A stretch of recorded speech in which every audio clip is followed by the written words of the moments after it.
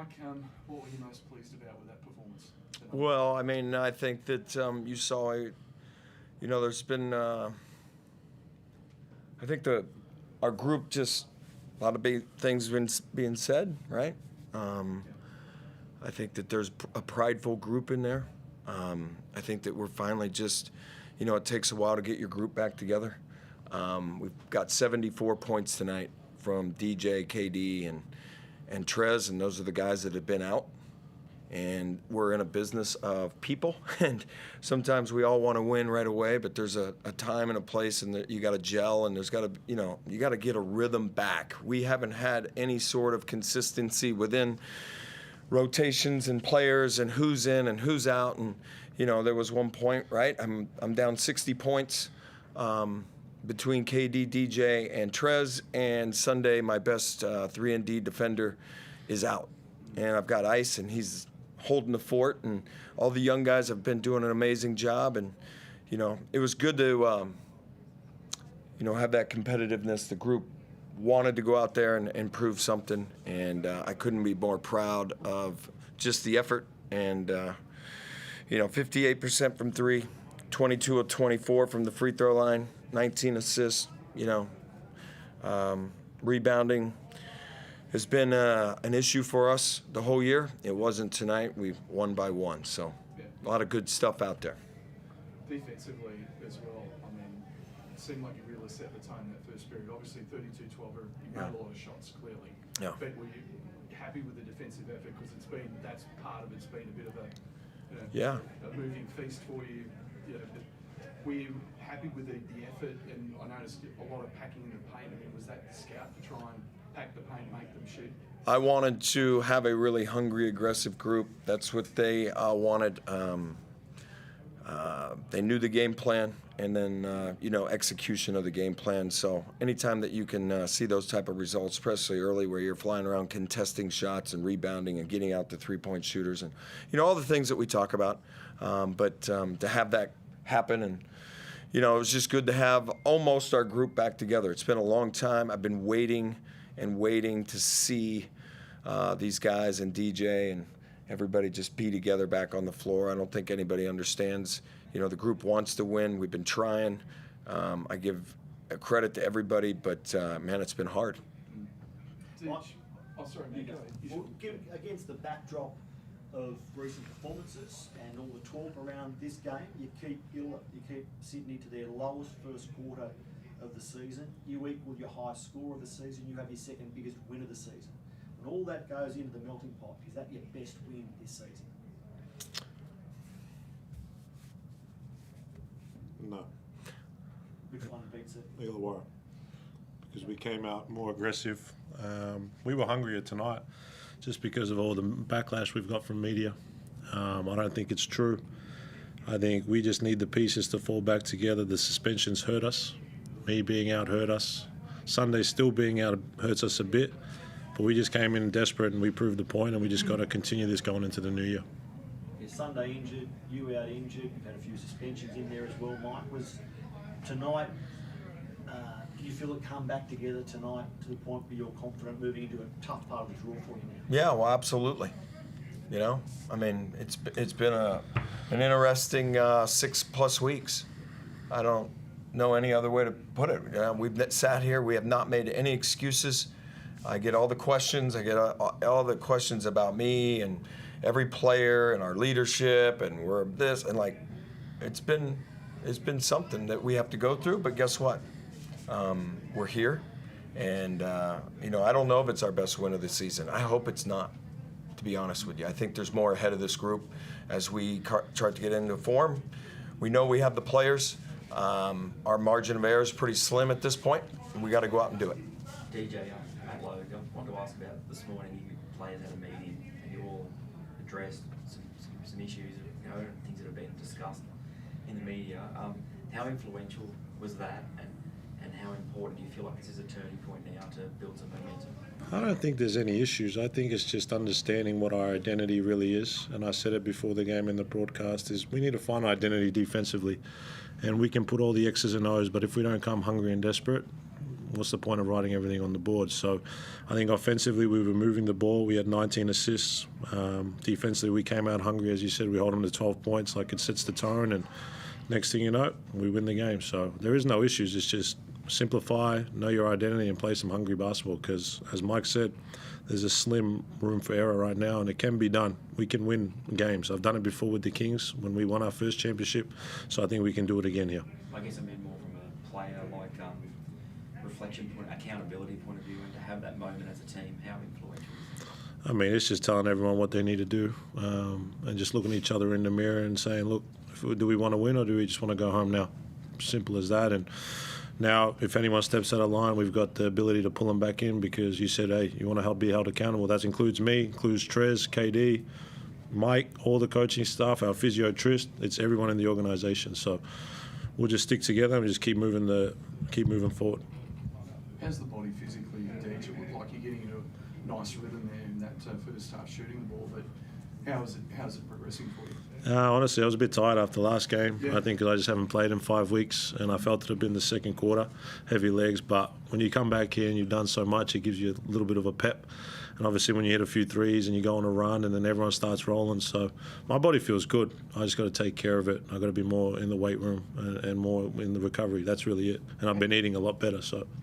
How did it feel actually to come out back on this court where you've had such success over the years? I was the first one out to shoot around this morning with Trist and Mike, and we kind of just reflected and looked at the banners. And, you know, you've done so much, and I got a bit of a nice little applause walking in. So it feels good that there's no bad blood. I don't think there is. The fans still wearing my jerseys from the previous part. I like games when I played, and I don't know, it just felt really good. So, yeah, there's a ton of respect here because they gave me my first pro contract. Mike, the shooting splits were very impressive. How do you sustain that? Because everyone knows that sustained success is on the other end. I think people would look at 121 points per 100 possessions from them. It's a reasonable number for them. And how do you sustain this and continue to win going forward with this style of play? Well, it's going to be on the defensive end. That's always going to be the key, because the offense and shot making is going to come and go. We just know that that's going to happen. We do have a lot of different weapons and ways to get to offense within this group, you know, but it's always going to be how we get back, how we contest, and being able to close those possessions, you know, and rebound. But that's the way it is. And then, you know, I'm always probably hardest on our three main guys. They have a great responsibility to the group. You know, they've got to get us in the offense, and they got to either, you know, great players make shots, but they also got to help everybody else facilitate offense, right? They got to get the ball to the roll guys, and those guys got to make 0.5 reads, and that's the way it all works. And, you know, then when you get a guy hot, like DJ gets hot, you know, it's been a while since, has it been 5 weeks? It felt like 5 years. Is it 5 weeks? Yeah, if you include the FIBA break, yeah. You know, it was fun to finally get on a run, you know, that way, and have somebody take a timeout and come back out and draw another play for him and get another shot off. You know, it's just been a minute since we've been able to even slip into some rhythm on either end of the floor, to be honest with you. And that's what this group's been trying to do. I just give them a ton of credit. You know, they were locked in. Everything was super, super positive, but our competitiveness and our toughness, it didn't matter what scheme we were doing or what we were in. I could have called any play out there. They were gonna go out and execute it and try to execute on both ends tonight. You sort of mentioned it, but Adelaide has a knack for being dramatic sometimes, just as a franchise and within the NBL in this ecosystem.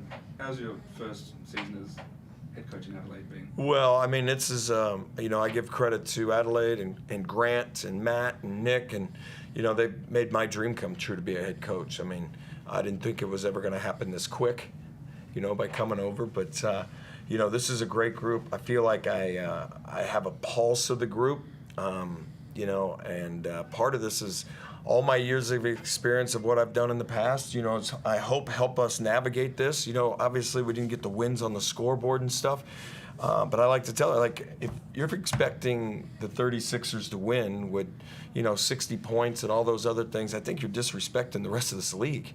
This is a hard-playing, tough-ass league, and when you got your main guys out, like, man, it gets harder.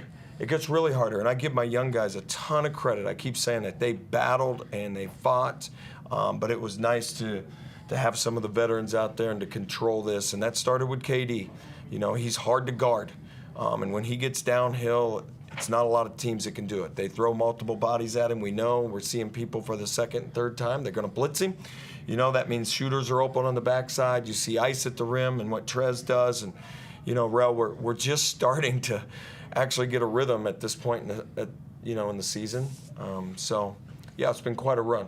And I hope that 2025 is better.